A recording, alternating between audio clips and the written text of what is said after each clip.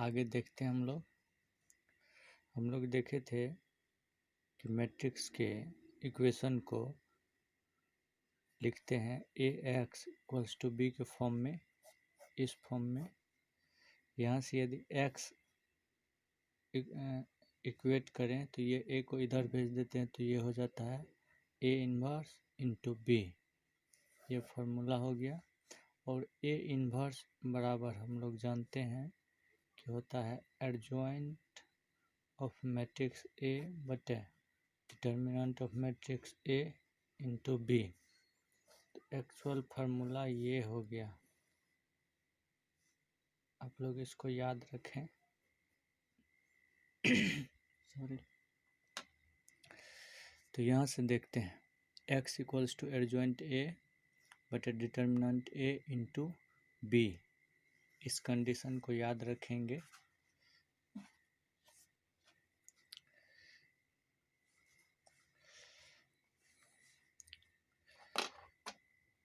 उस कंडीशन में यदि determinant A does not equals to 0 हो तो determinant A does not equals to 0 हो तो this matrix equation provide unique solution for the given system of equation as inverse of a matrix is unique. This method of solving system of equation is known as matrix method. तो देखते हैं पहला condition. पहला है यदि determinant does not equals to 0 हो तो हम लोग देखते हैं adjoint A into B does not equals to 0, तो ये हो जाएगा कंसिस्टेंट। इसी को बोलते हैं यूनिक नॉन ट्रिवियल सॉल्यूशन। यदि adjoint of matrix A into B equals to 0 हो जाए तो इसको भी बोलेंगे कंसिस्टेंट, और ये हो जाएगा ट्रिवियल सॉल्यूशन, मतलब मेनी सॉल्यूशन या इन्फिनाइट सॉल्यूशन।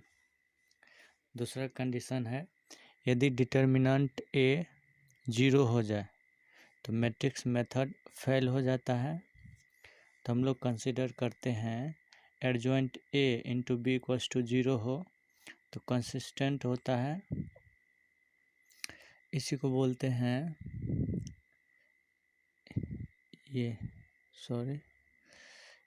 इंडेफिनिट सॉल्यूशन और मेनी सॉल्यूशन, दोनों केस होता है। यदि adjoint of matrix A into B does not equals to 0 हो तो इनकंसिस्टेंट होता है, कोई भी सॉल्यूशन नहीं होता है। एग्जांपल देख लेते हैं। 2x minus y equals to 5, x plus y equals to 4। तो इसको लिखते हैं ax प्लस बी के फॉर्म में, where a is 2 minus 1 1 1 and matrix x equals to x y, matrix b equals to 5 और 4। डिटर्मिनेंट निकालते हैं मैट्रिक्स A का तो हो जाता है determinant A equals to determinant 2 minus 1 1। Calculate करते हैं, डिटर्मिनेंट 2/2 का है, इसको कंसिडर इक्वेट करते हैं with the help of cross multiplication. 2 into 1 2 minus 1 into minus 1 तो 2 minus minus plus 1, 2 plus 1 3, where में determinant of matrix A does not equals to 0, then A is called non singular matrix, non singular matrix. Therefore A inverse या inverse of matrix A exist, hence the given system of equation is consistent। तो जब consistent और inconsistent determine करना हो तो हम लोग क्या कंसिडर करते हैं,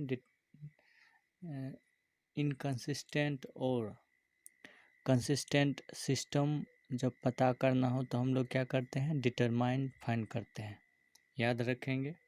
दूसरा एग्जांपल देखते हैं, x plus 3y equals to 5, 2x plus 6y equals to 8।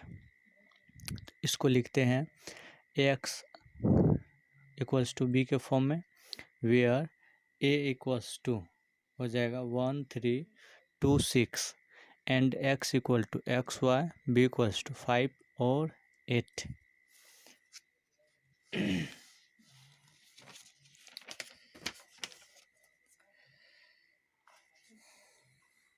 तो देखते हैं डिटर्मिनेंट a इक्वल्स टू 1 3 2 और 6 इधर है, देख लेते हैं।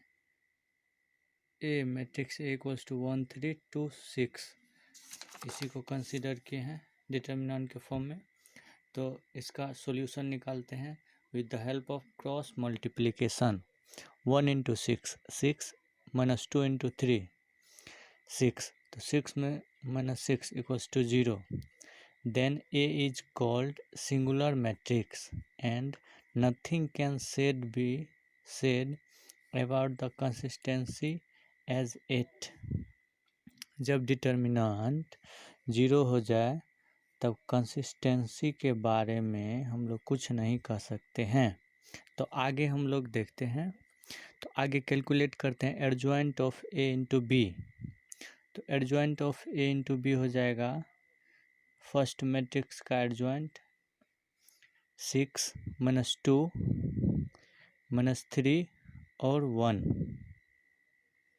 का इसका ट्रांसपोज इंटू 5 8। ये मैट्रिक्स बी है, ये कोफैक्टर है मैट्रिक्स ए का, और उसका ट्रांसपोज करेंगे तो एडजॉइंट मिल जाएगा। तो हम लोग ट्रांसपोज करते हैं रो को कॉलम में और कॉलम को रो में इंटरचेंज करते हैं।